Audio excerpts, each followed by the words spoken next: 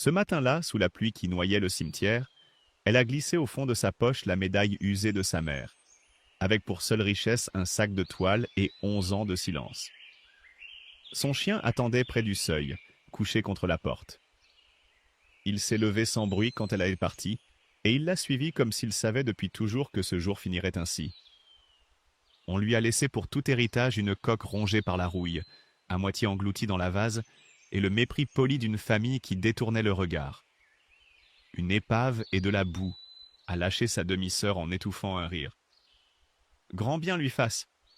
Mais sous ces planches que personne ne convoitait, son chien a deviné ce qu'elle n'entendait pas encore.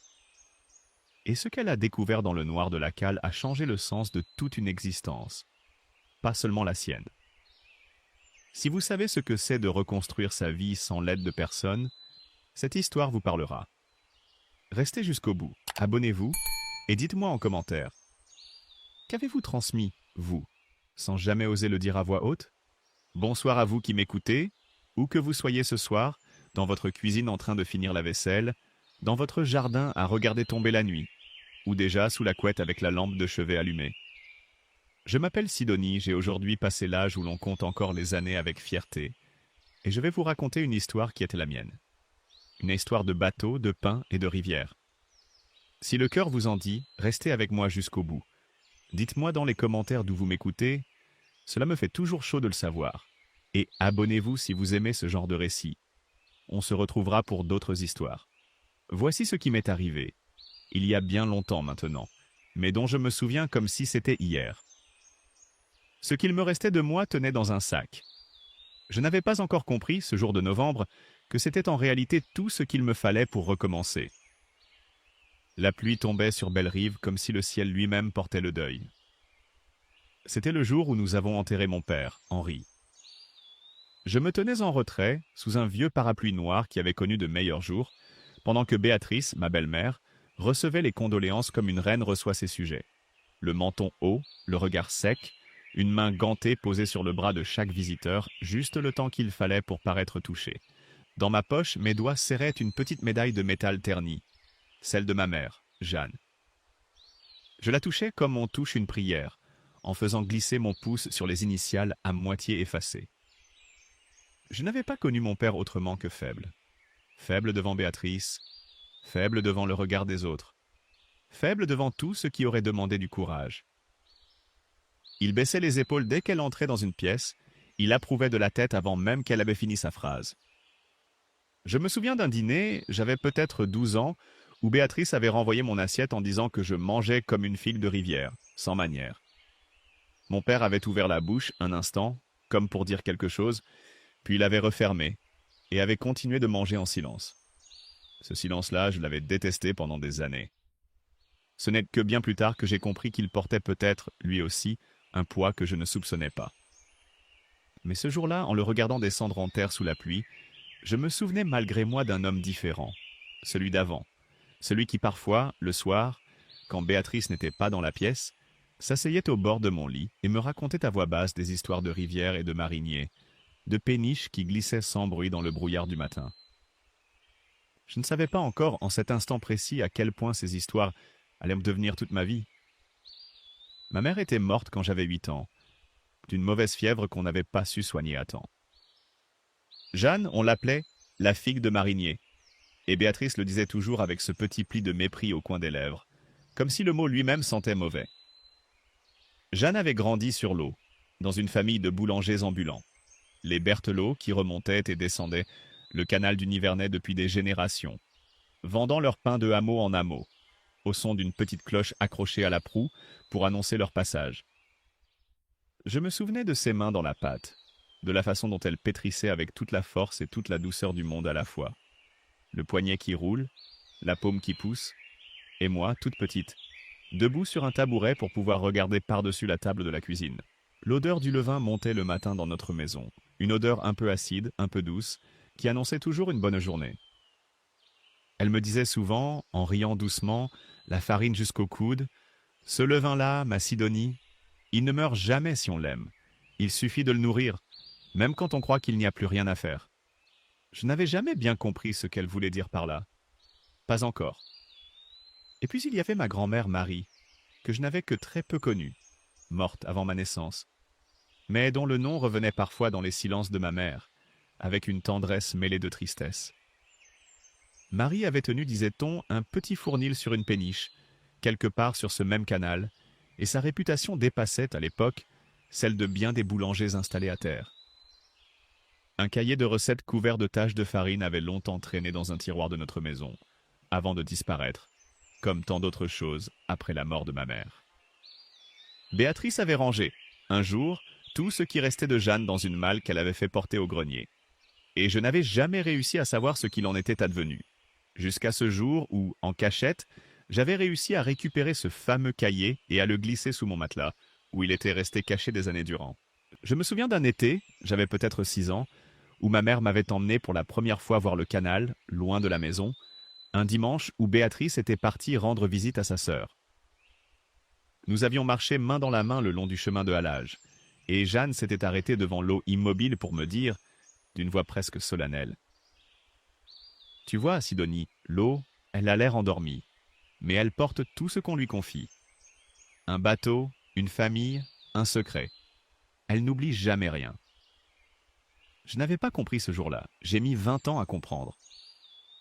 Je me souviens aussi, plus tard cette même année, d'un soir où ma mère m'avait laissé pétrir seule pour la première fois, guidant simplement mes mains des siennes sans jamais les remplacer. Le pain, ça ne pardonne pas la précipitation, disait-elle, mais ça pardonne presque tout le reste. J'avais raté cette première miche, trop dense, mal levée, et j'avais pleuré de déception. Elle m'avait prise contre elle sans se moquer et m'avait simplement dit: « Demain, tu recommenceras. C'est ça le secret, Macedonie. On recommence. » Ces mots-là aussi, je les ai gardés en moi, bien après qu'elle fût partie. Après la cérémonie, un repas de funérailles s'est tenu chez nous, dans la grande salle où les rideaux avaient été tirés à moitié, où j'avais à peine touché à mon assiette, où les voisins parlaient à voix basse en mangeant des petits fours préparés par une traiteuse de la ville. Puis le notaire nous a réunis dans le petit salon qui sentait la cire et le renfermait, avec ses meubles sombres et son horloge qui égrenait les secondes, comme des reproches. Il a lu le testament d'une voix plate, professionnelle, sans savoir, je crois, ce qu'il était en train de faire à une jeune femme assise tout au bord de sa chaise, les mains jointes sur les genoux. La maison revenait à Béatrice. Les terres, les économies, les meubles, tout revenait à Béatrice, à Ludovic et à Charlotte, mes demi-frères et demi-sœurs. Le notaire énumérait item après item, la vaisselle en porcelaine, les bijoux de famille, la voiture, le mobilier du salon, s'arrêtant parfois pour préciser une valeur ou une provenance. Et je sentais, à mesure qu'il parlait, une sorte d'engourdissement me gagner, comme si tout cela se déroulait très loin de moi, derrière une vitre. Et à moi seul, il avait laissé une péniche à l'abandon sur le canal, dite la Marie-Jeanne, ainsi que son contenu. J'ai entendu derrière moi Charlotte étouffer un petit rire dans sa main gantée, et Ludovic échanger un regard amusé avec elle. Une péniche pourrie. Voilà ce que mon père m'avait laissé, à moi, sa propre fille, pendant que les autres héritèrent de tout le reste. Le soir même, alors que je rangeais encore la vaisselle du repas, Béatrice m'a fait comprendre, avec cette froideur qui ne haussait jamais la voix, mais qui coupait plus sûrement qu'un cri, que je n'avais plus ma place sous ce toit. « Tu as ton héritage, Sidonie ?» a-t-elle dit en désignant la porte d'un geste presque léger, comme si elle chassait une mouche. « Va donc voir ce qu'il vaut. Je pense que tu seras vite fixé. » Je n'ai pas discuté. Je n'ai jamais su discuter avec elle, et ce soir-là, moins que jamais, la gorge trop serrée pour laisser passer un mot. Je suis monté dans ma chambre, j'ai pris le vieux cahier de recettes de ma mère, la médaille, quelques vêtements pliés à la hâte dans un sac de toile, et j'ai refusé de laisser derrière moi Filou, le chien bâtard de la maison. Un corneau roux et osseux que Béatrice voulait faire piquer depuis des mois, parce qu'il ne servait à rien et mangeait pour deux. En traversant le couloir, j'ai croisé Ludovic qui sortait de sa chambre en robe de chambre, une bière à la main, et qui m'a lancé sans même relever vraiment les yeux de son téléphone. « Bon voyage sur ton rafio, Serette. » Je n'ai pas répondu. Filou et moi, nous nous ressemblions peut-être un peu, tous les deux de trop dans cette maison, tous les deux tolérés du bout des lèvres. Avant de partir, je suis passé devant le bureau de mon père, resté entrouvert, et j'ai ouvert un tiroir par habitude, par nostalgie peut-être. sans vraiment y penser, cherchant je ne sais quoi de lui à emporter. Et là, au fond, sous de vieux papiers jaunis et des factures oubliées, j'ai trouvé un reçu. Un reçu écrit de la main même de mon père, daté de plus de 15 ans, pour l'achat d'une péniche du nom de La Marie-Jeanne, pour une somme dérisoire versée à un dénommé Duchamp. Il l'avait racheté en secret, des années avant sa mort, sans jamais m'en dire un mot. Pourquoi une épave? Et surtout, pourquoi ne m'en avoir jamais parlé, à moi qui en aurais eu tant besoin de le savoir plus tôt? J'ai glissé le reçu dans ma poche, contre la médaille, et je suis sorti dans la nuit froide sans me retourner. J'ai marché longtemps le lendemain matin, Filou trottinant devant moi sur le chemin de halage, la brume s'accrochant au saule comme un vieux châle oublié. Le car m'avait laissé à l'entrée du Bief abandonné, à quelques kilomètres de Belle-Rive, et j'avais continué à pied, mon sac sur l'épaule, le froid me mordant les doigts à travers mes gants trop fins. Le chemin longeait l'eau grise, immobile, bordée de roseaux jaunis par l'automne, et de temps en temps un héron s'envolait lourdement à mon passage, dans un froissement d'ailes qui me faisait sursauter. Des saules pleureurs, dépouillés de leurs feuilles, laissaient pendre leurs branches jusqu'à effleurer la surface de l'eau. Et par endroits, le chemin disparaissait presque sous une couche de feuilles mortes détrempées qui rendait chaque pas glissant. Je n'avais jamais marché aussi loin de toute ma vie, et à chaque pas je me demandais ce que j'allais bien trouver au bout de ce chemin, redoutant déjà la réponse. Et puis je l'ai vue. Elle était à moitié enfoncée dans la vase, la coque rongée par la rouille, penchée comme une vieille femme fatiguée qui n'aurait plus la force de se tenir droite. Des herbes folles avaient envahi le pont, une vitre était brisée près de la cabine, et de longues traînées brunes couraient le long de la coque comme des larmes séchées. Je me suis approché lentement, le cœur serré, et l'odeur m'a saisi avant même que je ne monte à bord. Une odeur de moisi, de bois pourri, d'eau stagnante, une odeur de choses oubliées. La cale était à moitié inondée, l'eau noire clapotant doucement contre des planches gonflées d'humidité. Je me suis assise sur le pont défoncé et j'ai pleuré, longtemps, sans retenue, avec l'impression que cette épave n'était que le miroir exact de ce que j'étais devenu. Une chose qu'on avait jugée sans valeur et qu'on avait abandonnée à son sort, loin des regards, loin du monde. Filou est venu poser sa tête sur mes genoux sans un bruit comme s'il comprenait. Je suis resté ainsi un long moment, à regarder cette coque grise, cette carcasse de fer et de bois qui n'avait plus rien d'un bateau et tout d'un tombeau. Le vent faisait grincer une chaîne quelque part, un bruit lent et régulier, presque un souffle. Je me suis demandé ce jour-là ce que j'avais fait pour mériter si peu. Pourquoi le monde entier semblait s'accorder à me dire que je ne valais pas grand-chose? Ma belle-mère qui n'avait jamais eu un mot doux pour moi, mon père trop faible pour me défendre de son vivant, et maintenant ce bateau, dernière insulte déguisée en héritage. Si j'avais su ce soir-là ce que cette carcasse allait devenir, je crois que j'aurais ri au lieu de pleurer. Mais on ne sait jamais ces choses-là à l'avance, et c'est peut-être mieux ainsi, sans quoi on n'aurait jamais le courage de traverser la nuit qui précède. La nuit est tombée vite, comme elle tombe en novembre, sans prévenir, et je me suis abrité sous une bâche trouvée dans un coffre à moitié pourri, écoutant l'eau clapoter contre la tôle, un bruit à la fois berçant et sinistre. J'ai failli, cette nuit-là, tout abandonner. Repartir au matin, tourner le dos à cette folie, trouver n'importe quel travail en ville, oublier ce nom de Berthelot qui ne m'avait jamais apporté que du mépris. J'ai repensé dans le noir à toutes ces années où les enfants du village voisin de notre maison m'appelaient « la fille du bateau pourri », sans même savoir qu'un jour ce serait littéralement vrai. J'ai repensé au rire de Charlotte chez le notaire. Mais Filou ne me laissait pas dormir. Il grattait, gémissait, revenait sans cesse vers une planche du plancher de la cale, s'acharnant dessus avec une insistance qui a fini par m'agacer, puis par m'intriguer. « Qu'est-ce que tu as à la fin ?» lui ai-je chuchoté, exaspéré. Il a aboyé une fois, bref, presque impatient, comme s'il me reprochait ma lenteur. J'ai pris la lampe, je me suis approché, et j'ai posé la main sur le bois disjoint. Mes doigts n'ont pas rencontré la pourriture que j'attendais, mais du bois lisse, poncé, et sous ce bois, quelque chose de métallique, froid et régulier. Quelque chose qu'on avait, de toute évidence, caché là volontairement, et scellé avec soin il y a bien longtemps.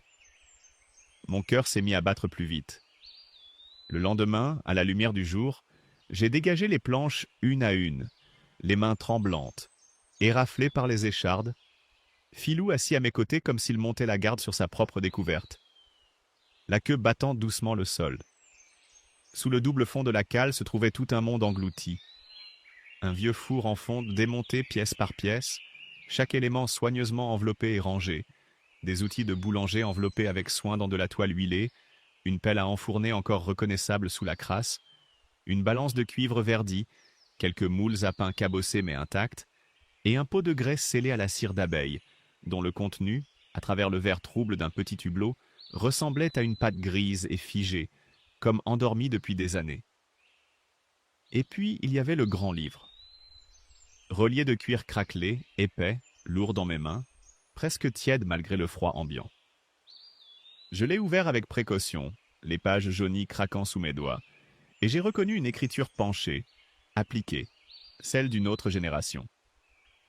Des recettes de pain, notées avec des mesures anciennes, des tournées consignées jour après jour, des noms de hameaux que je ne connaissais pas encore, quelques croquis à la mine de crayon d'un four ou d'une écluse, et sur la première page, tracé avec fierté à l'encre bleu-noir, registre de la boulangerie flottante, tenu par Marie Berthelot, l'an de grâce que voici. Berthelot, le nom de ma mère avant son mariage. Ce nom que Béatrice prononçait toujours avec ce même pli de mépris, comme s'il s'agissait d'une tare. J'ai gratté ce jour-là la crasse et la peinture écaillée sur la proue, presque sans réfléchir, poussé par une intuition que je n'aurais pas su nommer, mes ongles noircis par des décennies de saleté incrustée. Et sous cette croûte grise, les lettres sont réapparues, une à une, peintes en un rouge délavé mais encore lisible. La Marie-Jeanne. Le nom du bateau de ma mère et de ma grand-mère, mêlé en un seul mot d'amour. Ce n'était pas une épave prise au hasard que mon père m'avait laissée. C'était leur bateau. Il me l'avait rendu, à moi, sans jamais oser me le dire de son vivant. Tout ce que ma belle famille avait méprisé et laissé se disperser au fil des années. Je suis restée assise longtemps sur le pont ce soir-là, le grand livre sur mes genoux, la médaille dans une main et un outil de boulanger encore enveloppé dans l'autre, à comprendre lentement ce que mon père avait fait pour moi en silence, pendant toutes ces années où je l'avais cru simplement faible, incapable de la moindre résistance. Peut-être, me suis-je dit, avait-il choisi cette forme de courage-là, silencieuse, patiente, plutôt que l'affrontement direct qu'il n'aurait jamais su mener. C'est dans la brume du lendemain matin qu'une silhouette est apparue près de l'écluse voisine, immobile d'abord, comme hésitante. Un vieil homme, large d'épaules mais voûté par les années, s'est approché lentement, s'appuyant sur un bâton noueux, sa casquette dégoulinante de l'humidité ambiante. Il s'est arrêté à quelques mètres, m'a regardé longuement, presque avec insistance, et sa voix, quand il a enfin parlé, était nouée d'une émotion qu'il ne cherchait pas à cacher. « Toi, tu es la petite des Berthelot, pas vrai ?»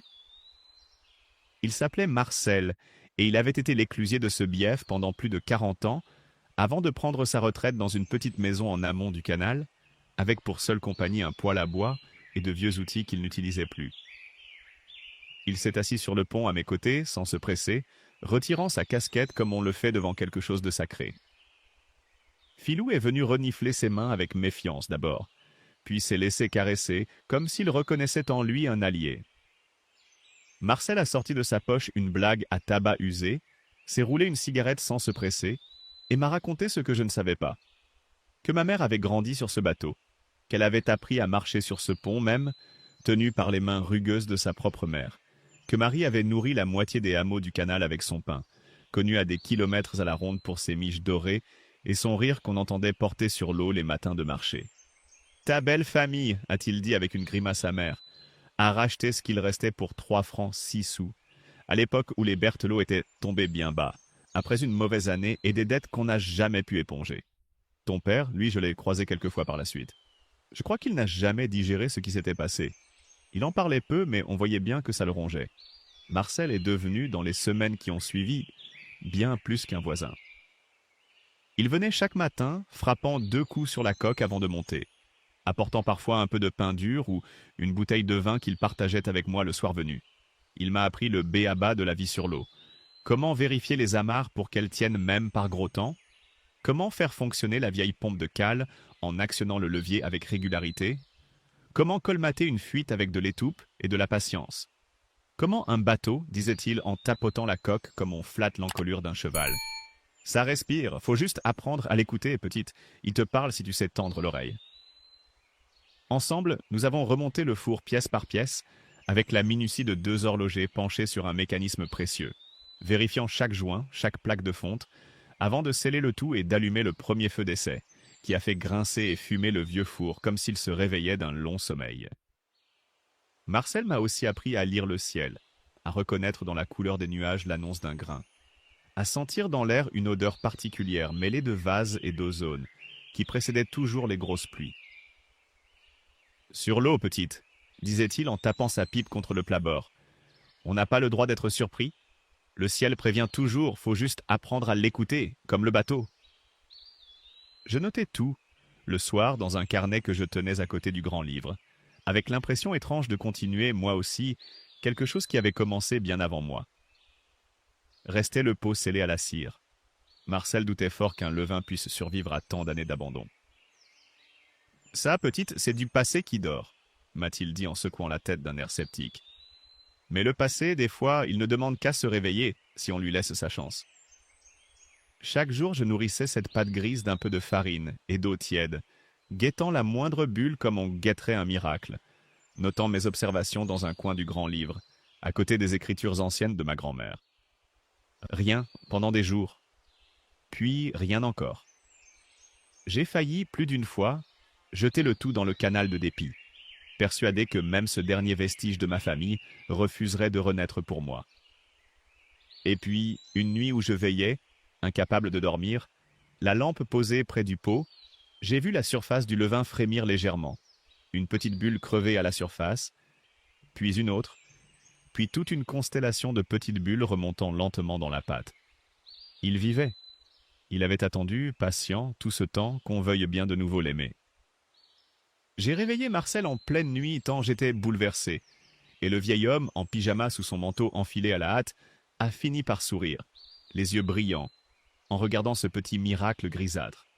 « Eh bien, a-t-il fini par dire en secouant la tête, je croyais avoir tout vu sur ce canal en 40 ans. Ta grand-mère aurait été fière de toi, petite, je peux te le dire. » C'était la première fois qu'il me disait une chose pareille, et j'ai dû détourner le regard pour cacher mes larmes. La première fournée est sortie du four ressuscité un matin gris, un peu raté peut-être, la croûte trop sombre d'un côté, mais l'odeur du pain chaud a envahi le bief pour la première fois depuis 20 ans. Cette odeur-là, je m'en souviendrai toute ma vie. Elle sentait la revanche douce, la promesse tenue. Elle sentait ma mère et ma grand-mère à la fois, comme si elles avaient été là, penchées à mes côtés devant le four. C'est une petite fille du hameau voisin, attirée par cette odeur inhabituelle en revenant de l'école, qui était venue timidement réclamer un quignon de pain ce jour-là, les joues rouges de froid, ses nattes s'échappant de son bonnet. Je le lui ai donné avec joie, encore chaud, et elle l'a serré contre elle comme un trésor. En repartant en courant vers sa mère, elle a lancé, sans y penser à mal, par-dessus son épaule. Le monsieur du port, il a dit que bientôt tout ça, ce sera un port de plaisance. J'ai regardé Marcel. Son visage s'est assombri d'un coup, comme un ciel qui se couvre avant l'orage. « Ça, a-t-il murmuré en crachant presque le mot, ça sent Duchamp à plein nez. » Mais pour l'heure, rien ne pouvait entamer ma joie. J'avais du pain à faire, un bateau à sauver, et un chien qui dormait enfin en paix sur le pont, la truffe posée sur mes chaussures, comme s'il avait lui aussi trouvé sa place. Les semaines suivantes ont vu naître ce que j'appelais en moi-même ma tournée flottante.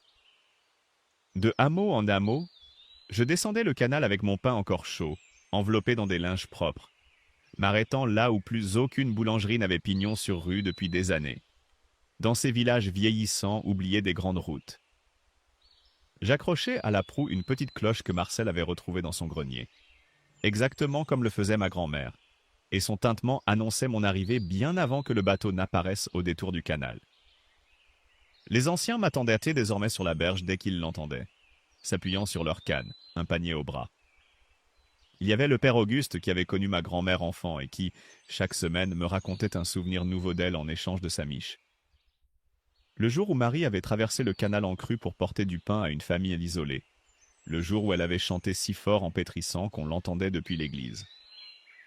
Il y avait la vieille Odette qui m'apportait toujours un pot de sa confiture de Mirabelle contre du pain frais, et qui me disait invariablement, les yeux humides, « On croyait cette époque finie pour de bon, ma petite. » Personne n'osait plus espérer voir revenir la cloche sur l'eau. Il y avait aussi les jumeaux Bernard, deux frères octogénaires qui vivaient ensemble dans une maison croulante en bord de canal et qui m'attendaient toujours assis côte à côte sur le même banc, se disputant gentiment pour savoir lequel des deux paierait le pain cette semaine-là. Et il y avait le hameau de la Chaume, si reculé qu'aucun commerçant n'y était plus passé depuis des années, où les habitants avaient y fini par organiser, sans me le dire, une petite fête chaque fois que ma cloche résonnait au loin. Ils m'apportaient de leurs œufs frais, un peu de beurre fermier, du miel de leur ruche, parfois même quelques légumes de leur potager encore couverts de terre, en échange de mes miches. Et c'était comme si un vieux rituel oublié reprenait vie sous mes yeux, planche après planche, geste après geste. On me racontait les Berthelot d'autrefois, on me disait que ma grand-mère avait un rire qu'on entendait de loin sur l'eau, qu'elle chantait en pétrissant. Je retrouvais, miche après miche, un peu de dignité. Une place qui n'était pas seulement tolérée, mais désirée, attendue même, comme si le canal tout entier avait recommencé à respirer avec moi. C'est à cette époque que j'ai rencontré Amandine. Jeune mère isolée, son mari parti on ne savait où quelques mois plus tôt, elle vivait avec son petit garçon, Théo, dans une maison un peu à l'écart du village, au volet toujours mi-clos. La première fois qu'elle est descendue jusqu'à la berge m'acheter du pain, prudente, presque intimidée. Théo, à peine 4 ans, s'est précipité sur Filou avec des cris de joie, ses petites bottes claquant sur le chemin de halage. Et le chien, si méfiant d'ordinaire avec les inconnus, s'est laissé faire avec une patience amusée qui m'a fait sourire, se couchant carrément pour que l'enfant puisse lui gratter le ventre. Amandine s'est excusée, gênée, mais j'ai ri et je lui ai dit que Filou avait ses propres idées sur qui méritait sa confiance. Une amitié était née ce jour-là entre nous, sincère, sans calcul, la première que j'avais depuis bien longtemps. Nous prenions, certains soirs, une tasse de tisane ensemble sur le pont. Théo, endormi contre l'épaule de sa mère, a parlé de tout et de rien, et surtout de choses qu'on ne dit qu'à une amie véritable. La solitude d'Amandine depuis le départ de son mari, mes propres blessures d'enfance que je n'avais jamais confiées à personne, nos peurs et nos petits espoirs. Elle m'a appris un soir que son mari n'était pas simplement parti pour le travail comme elle le disait aux voisins, mais qu'il les avait quittés, elle et Théo, sans un mot d'explication, et qu'elle portait cette honte comme un fardeau silencieux. Je lui ai raconté, à mon tour, Béatrice et le rire de Charlotte, et pour la première fois depuis des mois, j'ai senti que je n'étais plus seul à porter mon histoire. Théo, lui, prenait ses habitudes avec un sérieux d'enfant qui me faisait sourire.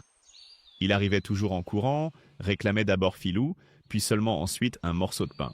Et il avait décidé, sans en demander la permission à personne, que le vieux tabouret bancal près du four lui appartenait désormais. Il me posait des questions sans fin sur le levain, sur pourquoi la pâte gonflait, sur pourquoi le four sentait bon même vide.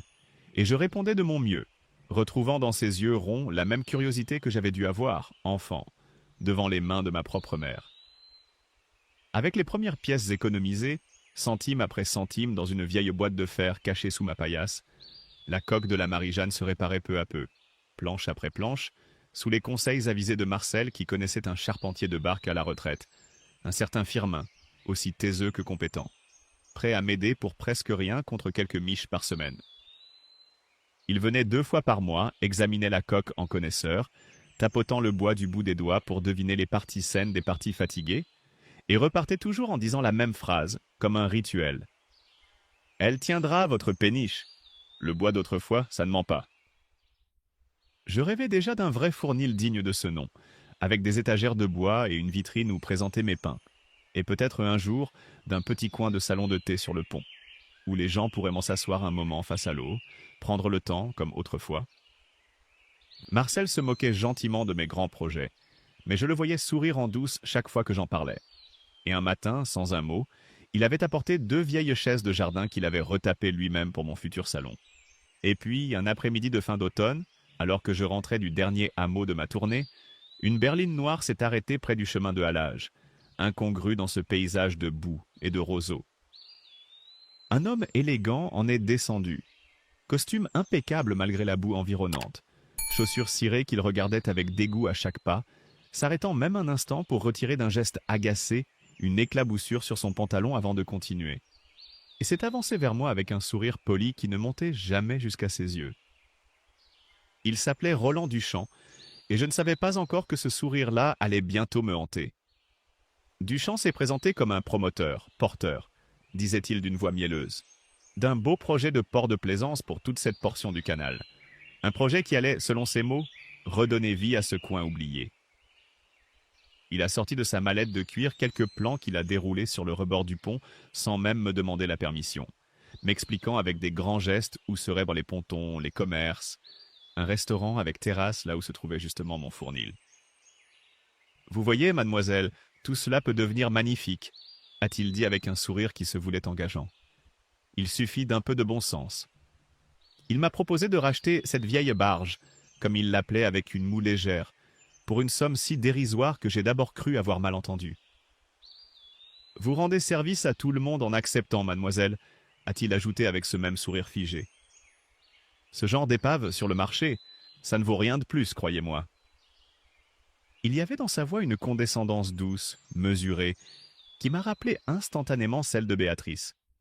Ce même mépris habillé de politesse, cette façon de vous parler comme à une enfant un peu bête. Filou, à mes côtés, s'est mis à grogner sourdement, chose qu'il ne faisait jamais, comme s'il flairait quelque chose que je ne voyais pas encore tout à fait. J'ai posé une main sur sa tête pour le calmer, sans le quitter des yeux.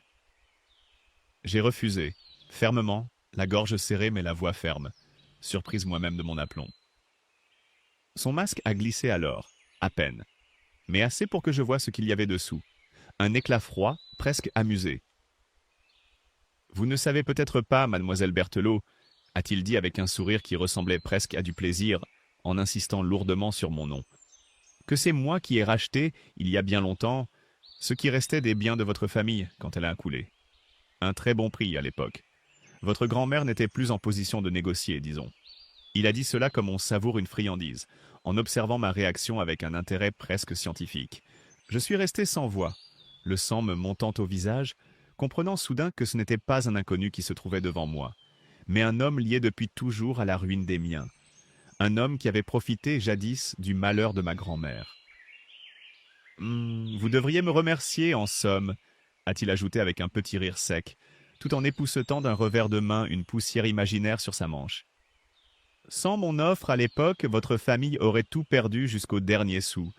J'ai simplement facilité les choses. » J'ai serré les poings dans les poches de mon tablier couvert de farine, cherchant les mots qui ne venaient m'en pas. « Cette péniche n'est pas à vendre, monsieur Duchamp, ai-je fini par dire, la voix plus assurée que je ne l'aurais cru. Ni maintenant, ni jamais. » Son sourire s'est un instant figé, quelque chose de dur passant dans son regard avant que le masque poli ne se referme aussitôt. « Nous verrons, mademoiselle, » a-t-il répondu en remontant dans sa berline. Le temps, généralement, arrange ces choses-là en ma faveur. Il était reparti sans se retourner, laissant derrière lui une trace de pneus dans la boue et un froid qui n'avait rien à voir avec la saison. Les représailles ont suivi vite, méthodiques, glacées, comme si Duchamp avait attendu ce refus pour dévoiler tout un arsenal préparé d'avance. Un refus de permis d'amarrage commercial est arrivé par courrier recommandé, invoquant des articles de loi que je ne comprenais qu'à moitié. Puis une mise en demeure d'hygiène, absurde, prétextant je ne sais quelle norme que mon petit fournil flottant ne respecterait pas, alors que je nettoyais chaque planche avec un soin scrupuleux. Puis, enfin, la menace la plus terrible.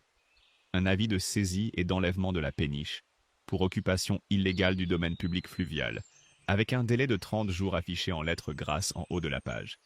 J'ai cru ce soir-là, en relisant 3 fois ce courrier officiel les mains tremblantes, que tout s'effondrait de nouveau.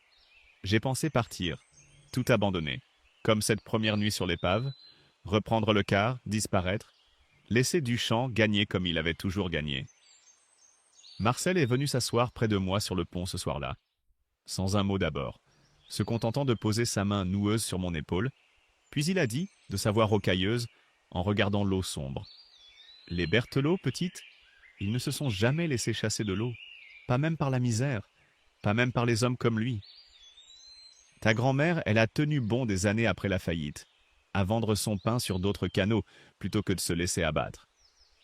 C'est dans le sang, ça, ou ça ne l'est pas. Ces mots-là, je les ai gardés en moi comme une prière, répétée dans ma tête bien après que Marcel fut rentré chez lui. C'est ce soir-là aussi que Marcel, en remontant dans ses souvenirs, un peu distrait, a laissé tomber, presque par hasard, un détail qui allait peser lourd bien plus tard. Il entretient mal sa digue, en amont, ce Duchamp, pour ses histoires de terrain à lotir. Toujours moins cher, toujours plus vite, des ouvriers payés au noir à ce qu'on raconte. Un jour, ça finira par lâcher, je te le dis. Je n'y ai prêté qu'une attention distraite ce soir-là, tout occupé par ma propre peur. Je ne savais pas encore à quel point cette phrase reviendrait, un jour prochain, décider de tout. Je n'ai pas eu la force de reculer bien longtemps. Le lendemain, avec Amandine, nous avons décidé de nous battre. Nous avons rédigé ensemble une pétition sur la table de ma cabine et nous l'avons fait circuler dans tout le village, de porte en porte, sous la pluie fine de novembre, frappant au volet, expliquant patiemment ce qui se tramait. Les gens de Bellerive, attachés à leur boulangère du canal, comme on m'appelait désormais avec affection, ont signé en masse, certains avec des larmes dans les yeux en évoquant le pain de leur enfance retrouvée, d'autres en pestant contre ces messieurs de la ville qui croient tout acheter. Le père Auguste a signé en premier, d'une écriture tremblante mais appliquée, en disant qu'il n'avait pas signé grand-chose d'important depuis son mariage, et que ça lui plaisait de recommencer pour une bonne cause. Odette a insisté pour que sa fille et son gendre signent aussi, bien qu'ils habitent à l'autre bout du canal, leur téléphonant elle-même pour les convaincre. Même les jumeaux Bernard, qui se disputaient toujours pour savoir qui signerait en premier, ont fini par apposer chacun leur nom, l'un après l'autre, avec un sérieux presque cérémonieux. La mairie, sous cette pression inattendue et le nombre impressionnant de signatures, a fini par accorder un sursis. L'enlèvement de la péniche était suspendu, le temps qu'un dossier soit réexaminé. Ce n'était qu'un répit, une pause dans la tempête, mais après tant de peur, il avait le goût d'une victoire, et j'ai pleuré ce soir-là de soulagement autant que de fatigue. Amandine était restée avec moi jusque tard dans la nuit, Théo endormi sur mes genoux, et nous avions ri aussi d'un rire un peu fou, celui qui vient après trop de peur, en repensant à la tête que ferait Duchamp en apprenant la nouvelle. Il n'a pas fini de nous sous-estimer, celui-là, avait dit Amandine en essuyant ses larmes de rire. Et j'avais pensé, sans le lui dire, qu'elle avait sans doute raison sur les deux tableaux, ni fini de nous sous-estimer, ni fini de nous attaquer. Ce que j'ignorais alors, c'est que Duchamp, dans l'ombre, jouait une toute autre partie, plus patiente et plus vicieuse encore. Il avait entrepris de racheter discrètement, par l'intermédiaire d'un homme de loi peu regardant, une vieille créance oubliée, une dette ancienne datant de la faillite des Berthelot que personne n'avait jamais soldée sur le papier, croyait-on, une simple formalité poussiéreuse dans les archives d'une banque disparue depuis longtemps. Une arme silencieuse qu'il gardait au chaud pour le moment qui lui conviendrait le mieux, quand j'aurais tout reconstruit, quand j'aurais le plus à perdre. Nous ne savions rien de tout cela, et les semaines qui ont suivi furent, je crois, parmi les plus douces de ma vie. Une petite fête s'est organisée au bord du canal pour célébrer la fin de l'automne. La péniche fraîchement repeinte brillait sous le soleil pâle de décembre, des guirlandes de papier tendues d'un arbre à l'autre.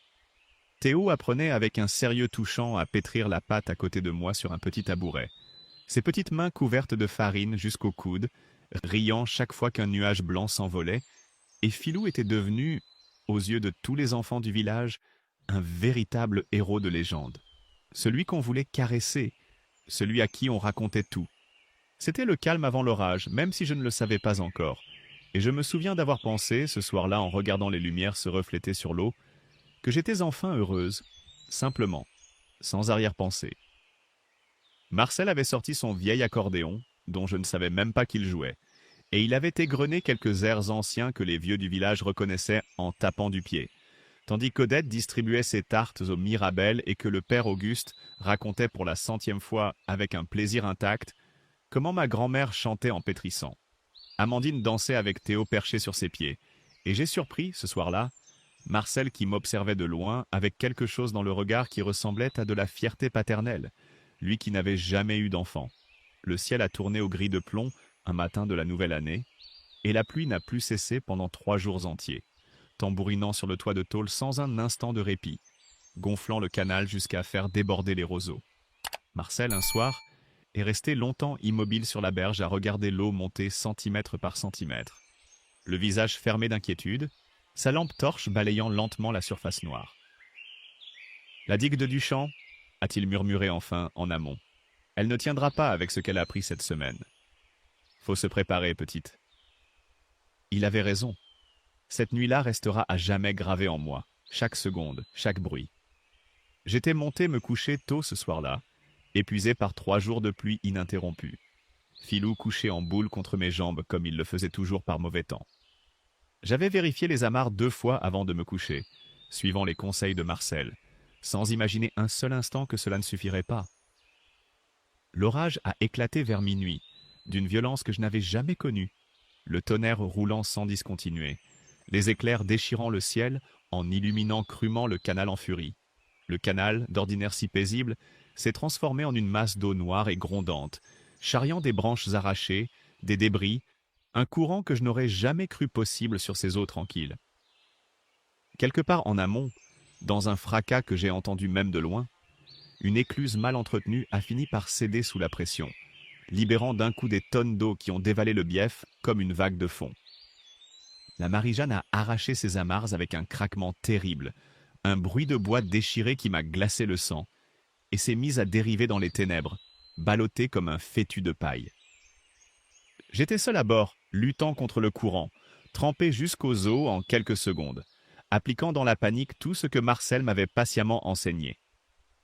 La gaffe pour repousser un tronc dérivant qui a manqué me faire tomber à l'eau, le gouvernail à tenir fermement malgré le vertige et le roulis, chaque geste comptant comme s'il pouvait décider de tout, mes mains en sang à force de serrer les cordages. L'issue paraissait à chaque instant incertaine. L'eau giflait le pont avec une force qui me coupait le souffle. La pluie m'aveuglait au point que je devinais plus que je ne voyais les rives défiler.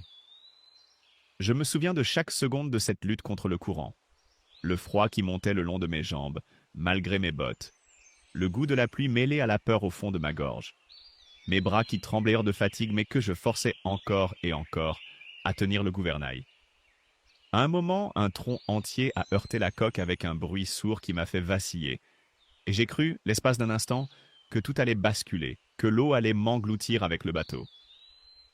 J'ai pensé à ma mère, à ma grand-mère, à toutes ces femmes de ma lignée qui avaient tenu un gouvernail avant moi sur ces mêmes eaux, et cette pensée, aussi étrange que cela puisse paraître, m'a redonné la force de tenir encore quelques minutes.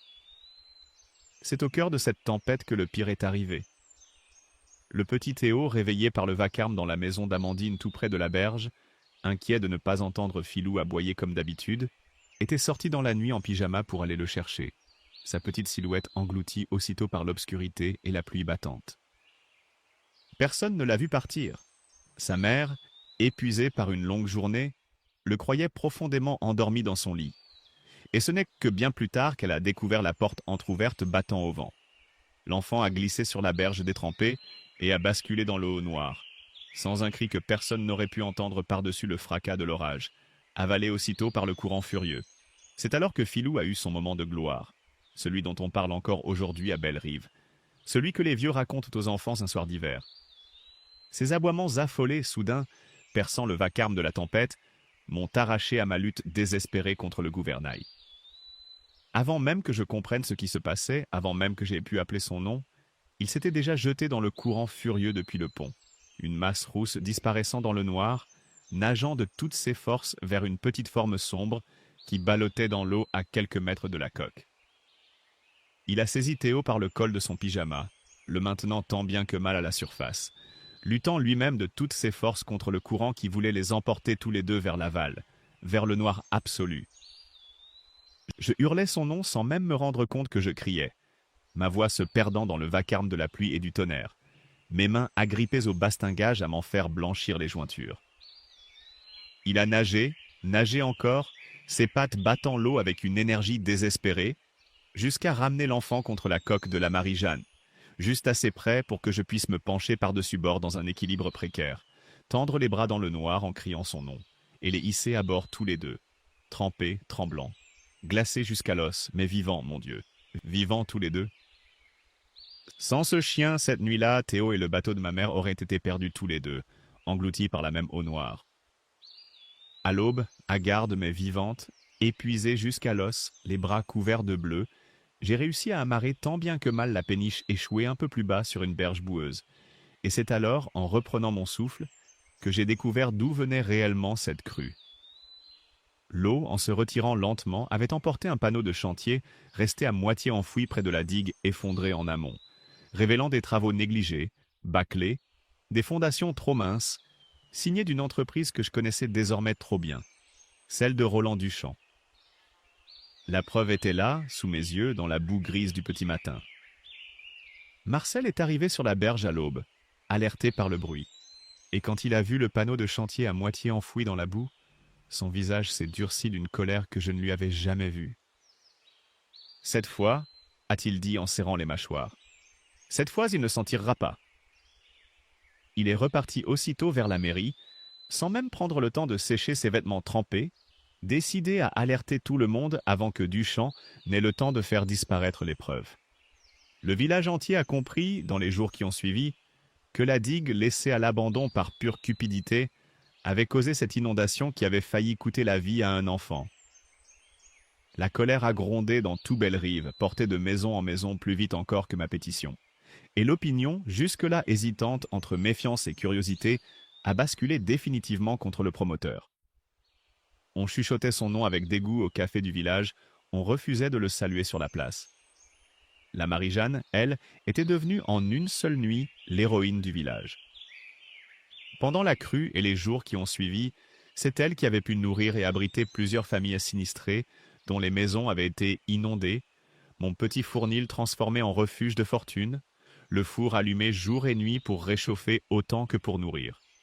Moi qu'on avait à peine toléré quelques mois plus tôt, j'étais désormais aimé, respecté, presque vénéré par ces gens simples et généreux, qui venaient là me serrer la main avec des larmes dans les yeux. Une femme dont j'ignorais jusqu'au nom, une sinistrée du hameau d'en face, m'a prise dans ses bras sur le pont en sanglotant, répétant simplement « Merci, merci », sans pouvoir en dire davantage, et je me souviens d'avoir pensé, en la tenant contre moi, que ce moment-là valait toutes les humiliations subies chez Béatrice. C'est précisément à ce moment, alors que tout semblait enfin s'arranger, que Duchamp, acculé et humilié dans toute la région, a abattu sa dernière carte, la plus cruelle de toutes. Il a sorti la vieille créance rachetée en secret des mois plus tôt, cette dette oubliée pesant encore, juridiquement, sur la péniche depuis la faillite ancienne des Berthelot. Et il a engagé la procédure de saisie de la Marie-Jeanne, devenue soudain, à ses yeux comme aux miens, infiniment précieuse. Un huissier s'est présenté un matin, gêné mais inflexible, avec des papiers officiels que je ne comprenais qu'à moitié, tant mes mains tremblaient en les lisant. Des mots comme « saisie conservatoire » et « créance exigible » qui dansèrent devant mes yeux, sans vraiment faire sens. Sinon celui terrible, qu'on allait encore une fois m'arracher ce que j'aimais. Marcel, quand je lui ai montré les papiers ce soir-là, les a lus 2 fois, le visage de plus en plus sombre, avant de dire, presque pour lui-même, « Cet homme ne recule jamais, on dirait. Même à terre, il continue de mordre. » Ce 3e coup fut le plus cruel de tous. Tout semblait juridiquement perdu. J'avais tout reconquis. La dignité, l'amour du village, l'amitié, et je risquais de perdre en un instant le bateau même de ma mère, au moment précis où il avait sauvé une vie d'enfant. C'est en relisant, désespéré, à la lueur d'une lampe à pétrole tard dans la nuit, le grand livre de bord de ma grand-mère Marie, cherchant je ne sais quelle preuve, une trace, n'importe quoi qui pourrait m'aider, que mon regard s'est arrêté sur une ligne d'écriture différente des autres. Une écriture plus tardive, plus tremblante, glissée dans les dernières pages du registre, presque cachée entre 2 recettes de brioche. Mon cœur s'est arrêté de battre. Cette ligne, écrite de la main même de Marie, quelques années seulement avant sa mort, mentionnait clairement le règlement final de la vieille dette familiale, avec la date précise, le montant exact et le nom du créancier de l'époque ayant signé la quittance de sa propre main. La dette avait été soldée du vivant de Marie, entièrement, honnêtement, centime après centime, péniblement économisé.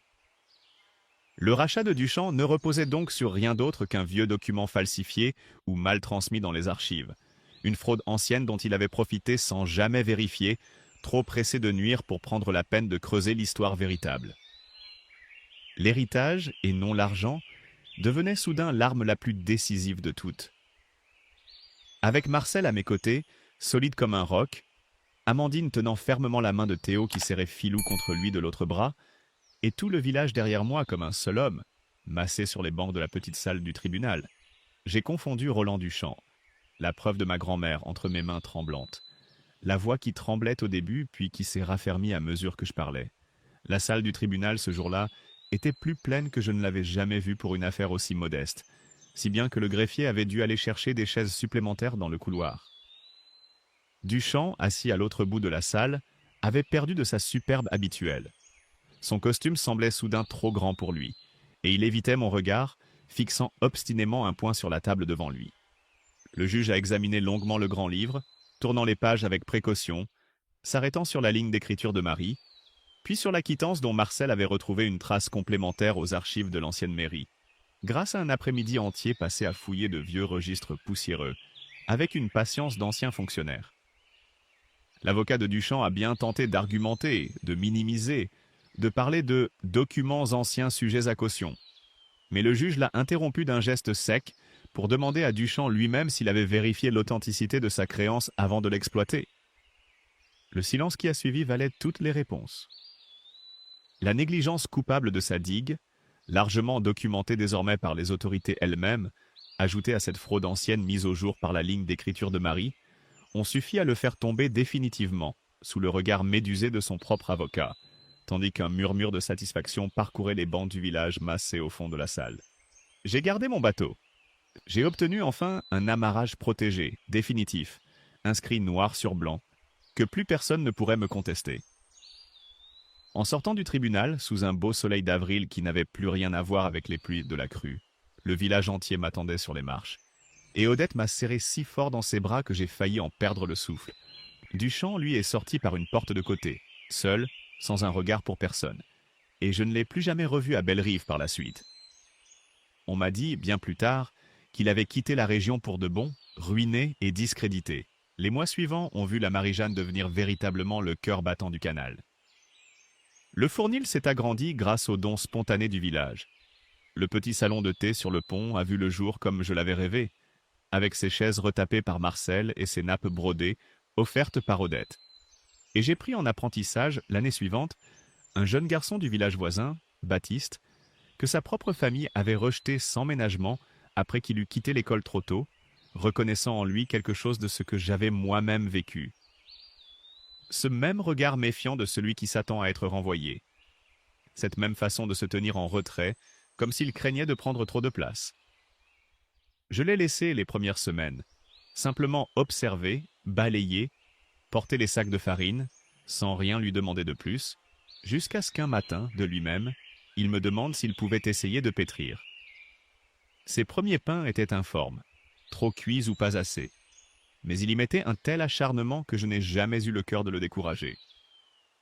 Je lui ai transmis à mon tour, comme on me l'avait transmis, le secret du levain et les vieilles recettes de ma lignée, avec la même patience que Marcel avait eue pour moi, lui répétant les mêmes mots que ma mère m'avait dit enfant. Que rien ne meurt vraiment si on l'aime et qu'on le nourrit. Un soir, en le regardant enfourner sa première fournée réussie, le visage rouge de fierté et de chaleur, j'ai compris que la chaîne ne s'était pas brisée avec moi, qu'elle continuerait après moi, et cette pensée m'a apporté une paix que je n'attendais plus. Charlotte, ma demi-sœur, est revenue me voir un après-midi de printemps, seule, sans Béatrice, descendant du car avec une hésitation visible, le visage marqué d'une humilité sincère que je ne lui connaissais pas.